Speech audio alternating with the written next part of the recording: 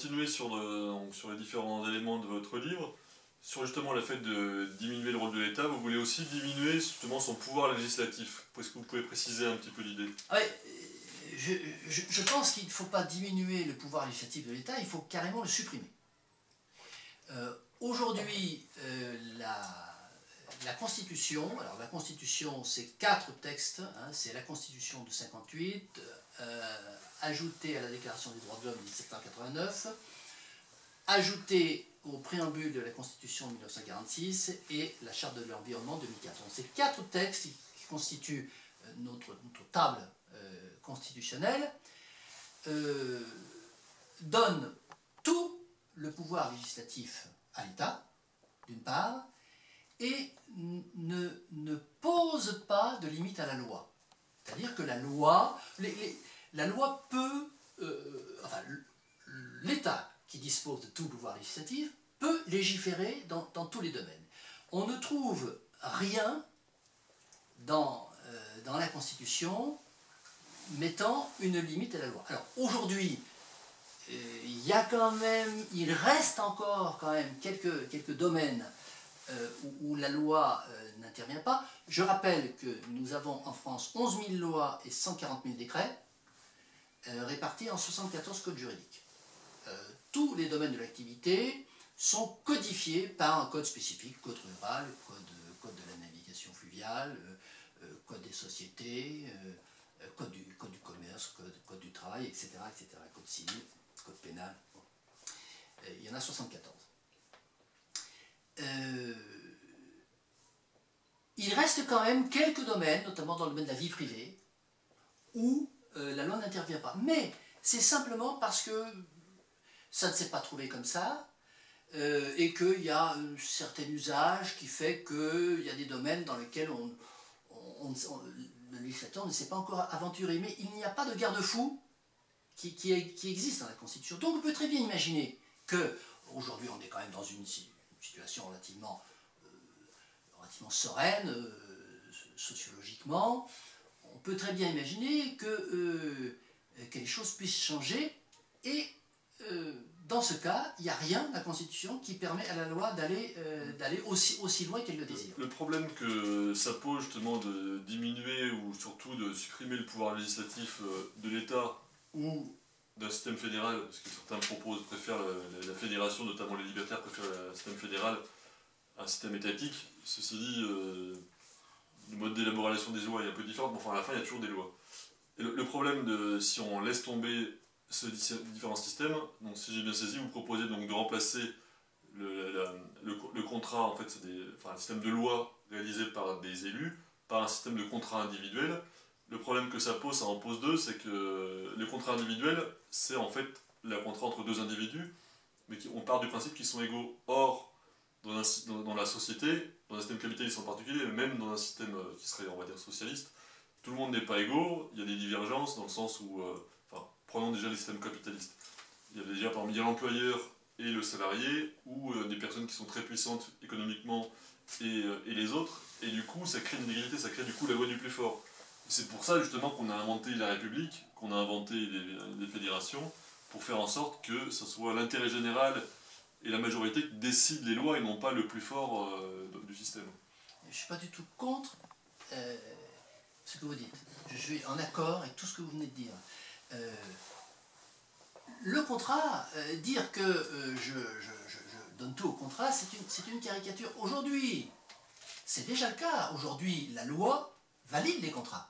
Notamment, on l'a vu tout à l'heure, la loi valide ce contrat que j'estime scandaleux, qui est le contrat argent contre argent. Bon. Donc, il ne s'agit pas de donner plus de puissance au contrat, puisqu'il y en a déjà énormément. Non, non, il s'agit d'enlever à l'État son pouvoir de faire des lois. Alors, où doit se situer la loi? Bien, dans la Constitution. La loi doit être écrite dans la Constitution. Il faut probablement annexer à la Constitution un ou deux codes, comme par exemple le code pénal et le code civil, hein, mais l'essentiel est d'écrire les lois une bonne fois pour toutes et de ne les rendre modifiables que par le suffrage universel. C'est-à-dire que lorsque, aujourd'hui, la fabrication d'une loi est une réponse à tout. Il se pose un problème aujourd'hui de la société, les députés se réunissent et fabriquent une loi. Cette loi n'est pas forcément... donc cette loi n'est pas en accord avec aucun principe constitutionnel puisqu'il n'y a pas de principe dans la Constitution. Donc on ne peut pas dire...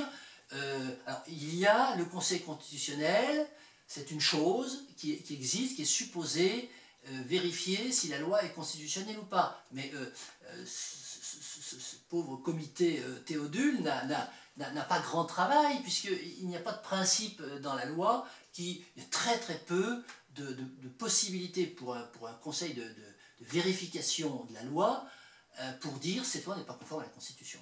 Bon. Cette parenthèse étant... Oui, pardon. Sur la question de la Constitution et du pouvoir, justement, notamment du Conseil constitutionnel, on voit qu'il prend de plus en plus de pouvoir.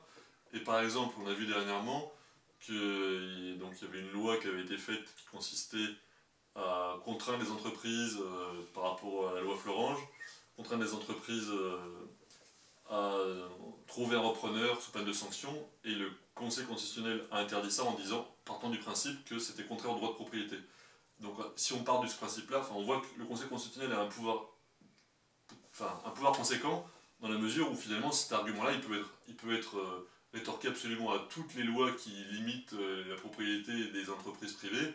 On peut toujours dire que c'est contraire au droit de propriété, donc c'est quand même un pouvoir énorme du Conseil constitutionnel aujourd'hui. Oui, mais on se retrouve alors d'abord le Conseil constitutionnel il intervient très très rarement et sur des petites lois, enfin sur des petits codicilles de loi. Bon là l'arrêt Florange, bon. Mais bon, l'exemple que vous citez il illustre quoi? Ben, il illustre tout simplement la connivence. Bon, il y a un lobby probablement qui est intervenu. C'est l'UMP. Voilà, et quand le Conseil constitutionnel dit il est chaque fois bien embêté pour justifier de sa décision. Il dit c'est contraire au principe de propriété. Bon, la propriété est citée très peu souvent dans la Constitution. Il est cité dans l'article 1 ou 2, je crois, de la Déclaration des droits de l'homme. Bon, le principe de propriété, il n'est pas défini, comme tous les autres grandes notions qui sont balancées comme ça dans les textes constitutionnels. Donc le Conseil constitutionnel dit c'est contraire, nous considérons que c'est contraire au principe de liberté, c'est totalement arbitraire. Il pourrait très bien dire le contraire et ça serait exactement la même chose. Donc cet exemple illustre encore le fait qu'en l'absence de principes clairs qui permettent de dire ah oui, cette loi elle est compatible avec la Constitution ou pas, soit un Conseil constitutionnel ne sert à rien, soit un Conseil constitutionnel peut dire ce qu'il veut en fonction de la pression qu'il va subir de la part de tel ou tel lobby. Si j'ai bien saisi, justement, vous voulez remplacer la Constitution actuelle par une Constitution beaucoup plus claire et qui soit beaucoup plus difficile à changer.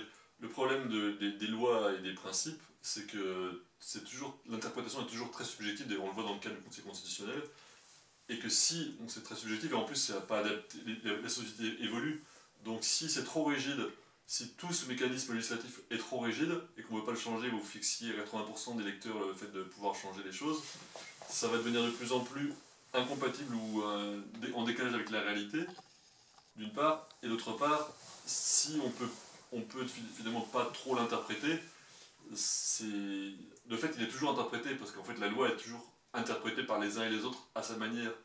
Donc là on voit typiquement sur la loi de propriété privée, justement, elle est interprétée en fonction des intérêts des uns et des autres. Donc à mon avis, vouloir bloquer la démocratie et les modifications législatives par quelque chose qui va vraiment bloquer les choses, empêcher le débat public, ça me paraît pas être une bonne... ça me paraît dangereux. Là, il y a plusieurs choses. Débat public, non. Débat public, c'est le système que je propose ne bride pas le débat public. Le débat public, il bride peut-être le débat dans l'Assemblée nationale, parce qu'il n'y aura effectivement pas d'Assemblée nationale. Le débat public, c'est un débat citoyen. Bon, il est prévu, souhaitable, proposé que des associations citoyennes, des comités, appelons-les comme on veut, des sortes de soviets, débattent des choses, et que de là naissent des propositions de loi qui ensuite seraient proposées au suffrage universel. Donc, d'un point de vue ça élimine le débat public? Non. Du point de vue, ça ouvre le champ interprétatif? Non, on vient de dire le contraire, justement. C'est parce qu'aujourd'hui, il n'y a pas de principe clair qui permette une table de lecture précise de la Constitution, qu'on a des arrêts comme ça qui sont arbitraires. À partir du moment où on a des principes qui sont clairs dans la Constitution, on va pouvoir, plus ils sont clairs, plus on peut dire que telle disposition rentre bien dans le cadre de la Constitution. Il y a quand même un paradoxe dans ce que vous dites, c'est que vous dites à la fois il faut permettre le débat public, le débat citoyen, pour permettre de faire des propositions de loi, mais de fait, ça veut dire qu'on va à nouveau créer des lois au niveau national, ce qui pose un... et du coup, on revient aux dérives que vous énoncez. Moi, je suis plutôt pour qu'on laisse la création de lois par le Parlement et les mouvements citoyens, mais là, il y a une incohérence dans le raisonnement. Le chapitre dont on parle, il s'appelle « Restreindre le domaine de la loi ». Bon, ça veut dire que cette habitude qu'on a prise depuis pas très longtemps, sur l'échelle du temps, depuis une cinquantaine d'années, c'est-à-dire un clignement de paupières, c'est de fabriquer des lois à tire-larigot, si vous me permettez cette expression, et d'avoir la loi toujours comme réponse à un problème. Bon. Ce que je propose donc, comme piste, c'est d'essayer de sortir de cette réponse des problèmes par la loi. Aujourd'hui... On va faire comment du coup pour oui, alors, je vais vous répondre, mais je voudrais appuyer encore un peu ce que je viens de dire. Aujourd'hui, on a des groupes de juristes qui ne sont pas des anarchistes ni des libéraux, qui commencent à mettre sur la table le problème de l'insécurité juridique. D'ailleurs, ça a commencé à être inscrit dans un certain nombre de constitutions, mais pas en France. Lutter contre l'insécurité juridique. Ça veut dire quoi? Ça veut dire qu'il y a tellement de lois que d'abord, ça bloque, notamment dans l'économie. Je ne sais pas si vous avez déjà essayé de créer une entreprise, mais la pression législative était tellement forte qu'elle est une des entraves au développement économique. Mais également, l'insécurité juridique, ça veut dire que dans votre vie quotidienne, quoi que vous fassiez, vous êtes en droit de vous demander si vous n'êtes pas en infraction. Bon, on va fermer la parenthèse. Une expression un petit peu populaire, trop de lois tue la loi. Donc c'est cette idée-là. Cette idée, c'est diminuer le nombre de lois, l'inscrire dans la Constitution. Ça ne veut pas dire qu'on ne puisse pas les modifier. Alors vous dites, oui, mais la société change, la société évolue, donc à chaque fois on a besoin de faire des lois.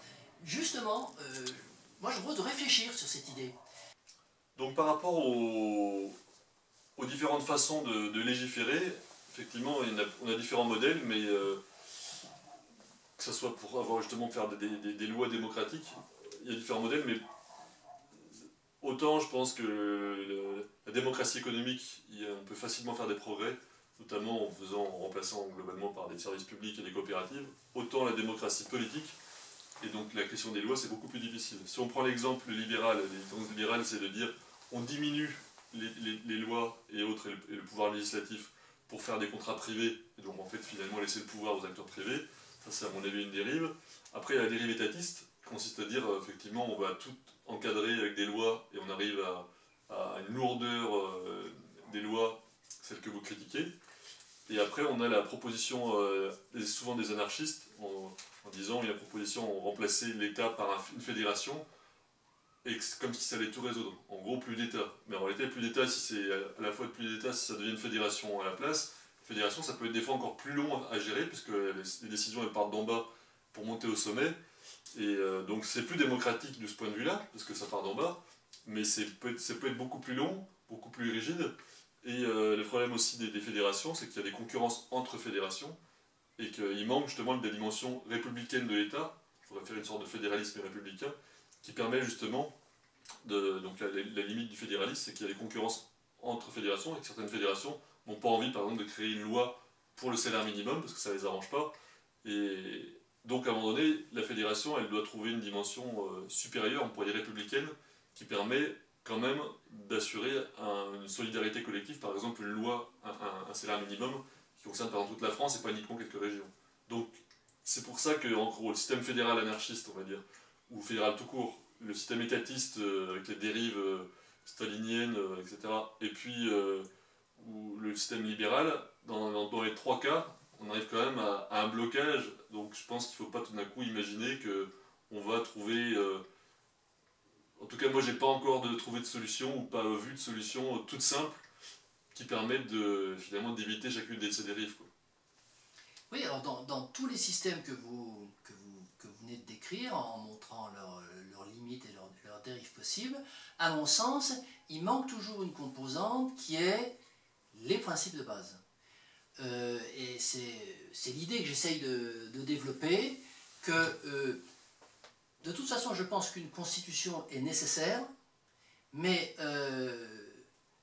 elle est un moyen, elle n'est pas une fin en soi, mais il faut qu'elle soit un moyen réellement efficace, et non pas